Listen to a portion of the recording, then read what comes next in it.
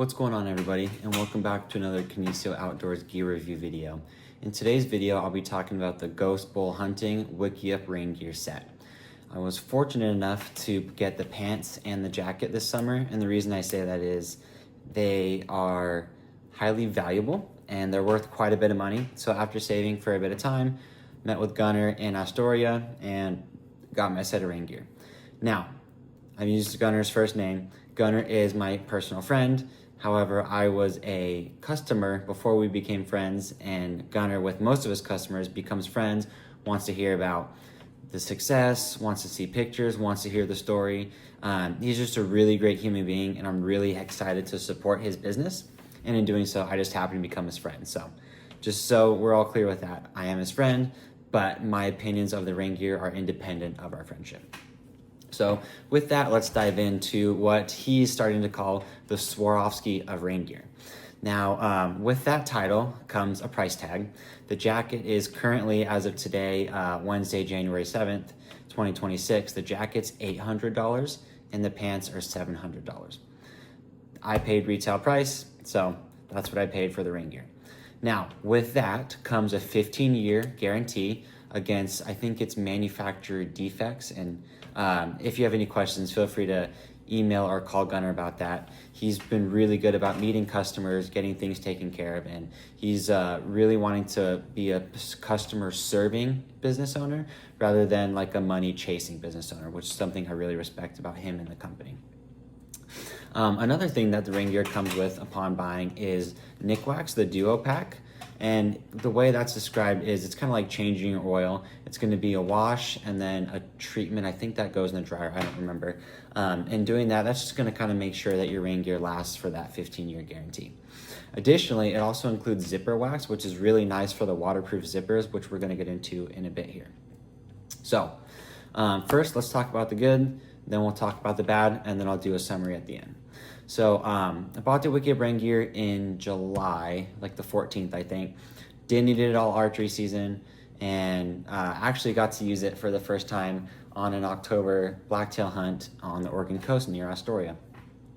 So the day that I was using it, I was experiencing 20-mile-an-hour winds and absolutely pouring down rain. We were calling it a gully washer. Roads were getting there was brown puddles everywhere after this rain. It was one of the worst storms that I had ever hunted in, probably the worst one I've ever hunted in. So what a great way to break it in, right? Well, while using it, I initially noticed that it was really loud. Now that is partly due to the military grade E-vent, and then there's some fabric mixed in the rain gear as well that is a little bit noisy. This is not super quiet rain gear. This is durable rain gear. So that's just something to keep in mind. Now, once rain gear itself got wet on the outside, I stayed dry. It did get quite a bit quieter. So that is something where if you get it and you see Gunner at a show or something and you're walking around, it's gonna sound super loud. It does quiet up once it gets really wet with that rain. So that's something to keep in mind. I was really excited about the fact that when we got back to the truck, took the rain gear off and just put it on. I put the jacket on the back of my seat, and then I just had the pants. I just wore the pants in the truck. The rain gear dried. The heater and defroster were on, and the 20-minute drive from one side of the mountain to the other side of the mountain. So I was really excited about that. That E-vent material really wicked away that moisture, even though I came in, from a dumping rainstorm. I was really excited about the cuff and sleeve Velcro that kept my arms from getting wet, and I'll show you what that looks like here. So this rain gear has this nice neoprene cuff, and they're not the only ones to do this, but this is something that is super nice. To test this, I was really excited. So in July, I walked by a sprinkler in my neighborhood here, and I just put my arm in front of the sprinkler just to kind of see what it was gonna feel like. And this actually kept water from getting up, and even though the sprinkler was kind of angled, kind of up against that cup. That's really nice. This Velcro tightening around the wool gloves that I was wearing did a really good job. My arms did not get wet at all, so I had no water running down my arms. Super awesome. That also is really important when you're busting through the brush. Sorry, I found a pine needle in the and the Velcro here. When you're busting through brush, you're using your arms often. You're using like your gun, your pack, whatever, to get through the brush that this was designed for. And having this nice, secure cuff and Velcro is really great at keeping your arms dry. So I was really, really excited about that feature. Also, there's purposeful, sorry, there's that noise I'm talking about. There's purposeful, more durable, Gunner calls it puncture resistant fabric. And in this case, I have the spruce green and then black and the, I think it's called Thicket Camo. I think this is a greenish brown, I can't remember. This is super durable. It's great for busting through brush. It's really, really well built with that added there. Now, I'm just going through my notes here, so that's why I keep looking away. One thing I did notice, and this is a weird phenomenon, I felt cold when I was walking in the rain. Now, my backpack straps got soaked, and my binocular harness also got soaked. So those were wet and cold. It was, I think, 38 to 42 degrees on that weekend when we were out. Now, with that, again, talking about purpose-built design, got the hood here. This is extra thick over the shoulder where your binocular harness strap, where your backpack strap, where your gun sling are gonna sit. That's gonna be extra protection against that water. So I felt cold, I felt wet, but in actuality I was dry. I just felt cold and wet because I had wet, cold things like hugging to my body. I was dry the whole time. Let's see. I mentioned earlier that this is great for brush busting. I had one incident where, thank God I was wearing my hood. I had a blackberry bush about as thick as my finger. That's how thick the vine was, so about an inch. I had it run across the back of my neck. I could feel it scraping through this hood, and I'm seeing no scratch marks. Kind of try to show you here, but no scratch marks. If you ever see Gunner at a show, you'll actually see his personal set of rain gear on one of the mannequins. This is, again, super durable. We went through the thickest brush that we could, not necessarily that we could find intentionally, but we wanted to get to where we wanted to go. Straight line's the shortest route. You're gonna go through some blackberries hunting on the Oregon coast. So with that, super, super durable. I was very excited to have the hood up at that moment. It saved my neck from being just sliced open. Now, I mentioned before there was some noise. As I was walking, when I first put the rain gear on, it hadn't started raining yet, but I could tell it was gonna start any minute. It was loud walking in the pants. Now, they were brand new. I had never worn them. As I've worn them, I've put over 10 miles through brush and stuff in this rain gear. It has quieted down. However, it still is a bit noisy. And that's because this is built to be durable. If you're gonna make something that's incredibly durable, it just can't be as quiet. So one thing that is pretty common that I've seen people talk about with rain gear is they'll wear rubbers like Grundens, and then they'll put wool over it. That's awesome. That's gonna be wet. It's gonna keep you dry from the outside stuff, and it's going to be quieter, than just the rubber rubbing on brush. However, that doesn't breathe. This event material breathes. So I wore this in 45 degree, 48 degree temperatures on a Montana hunt, walking up and down a mountain. I think I did 8 miles that day in the rain gear. No, maybe it was 6 miles a day in that rain gear. 45, 48 degrees, and I did not sweat. That's because the event material, I don't know how, somehow can breathe to allow me to not sweat and not like hold all my heat in. Another thing that really helps with kind of dumping heat is the pit vents.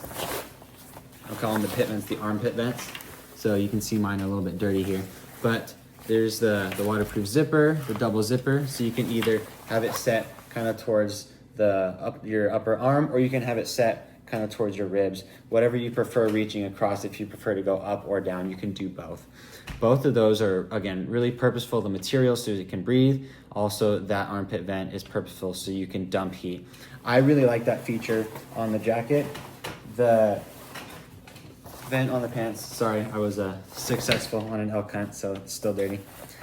But the one on the pants is great as well. It actually goes all the way down.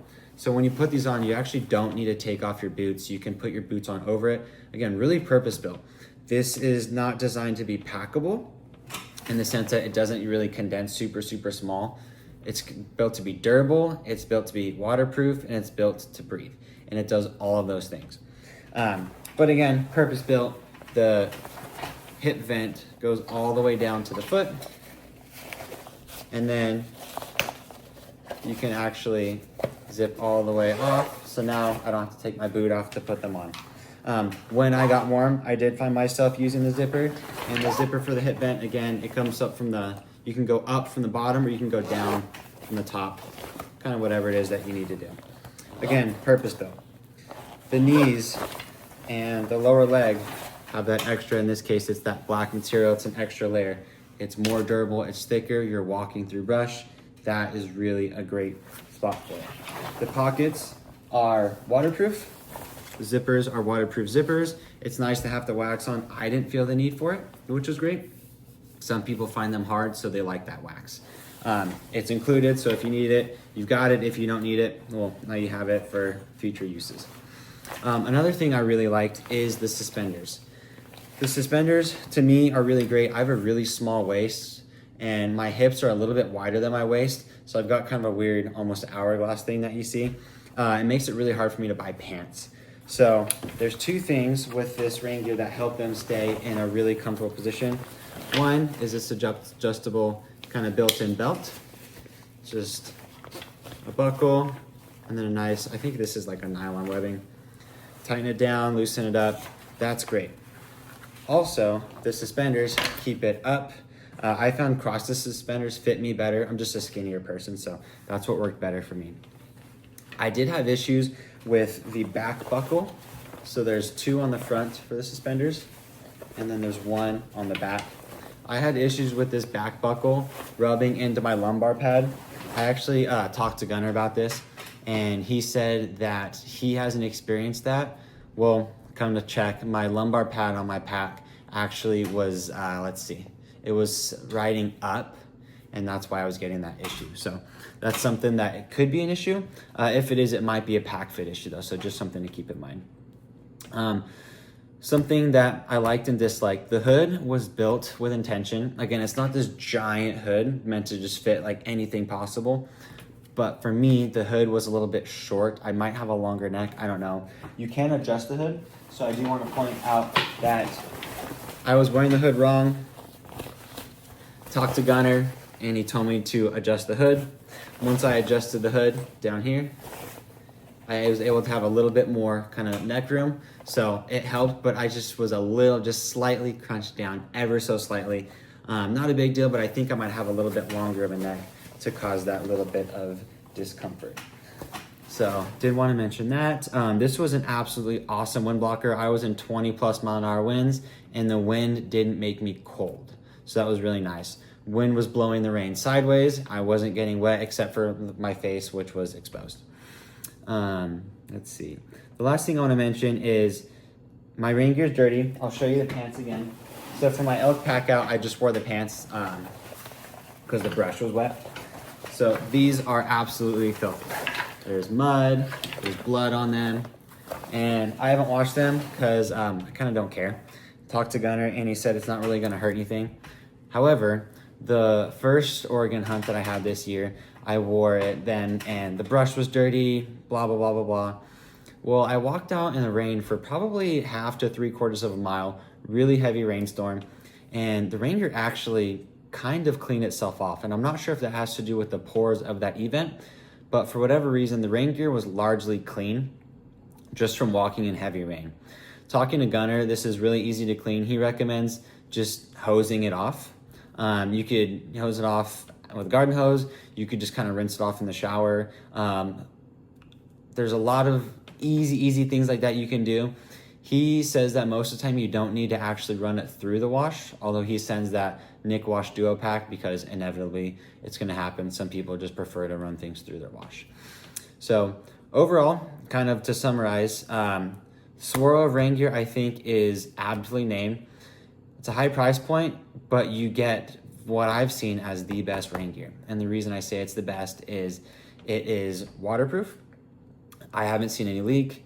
It's durable. I've worn it through blackberries, I've worn it through Devil's Club, I've run it through Vine Maple, and I've had no punctures whatsoever. It breathes, which is something that's really rare for waterproof, durable rain gear to breathe. So those are kind of the key things that set Ghost Bowl Wickiup rain gear apart. It's not packable, so it's not something that you're gonna pack on like a 10-day hunt and forget that it's there. You're gonna notice it. It's pretty large and bulky, but that's because it's durable and it's got that military grade event material. If you're interested in checking it out, go to the Ghost Bowl website, and you should be able to get a hold of Gunner if you have any questions. I've had really positive customer service experiences with Gunner, and I've heard stories of people having similar exceptional experiences.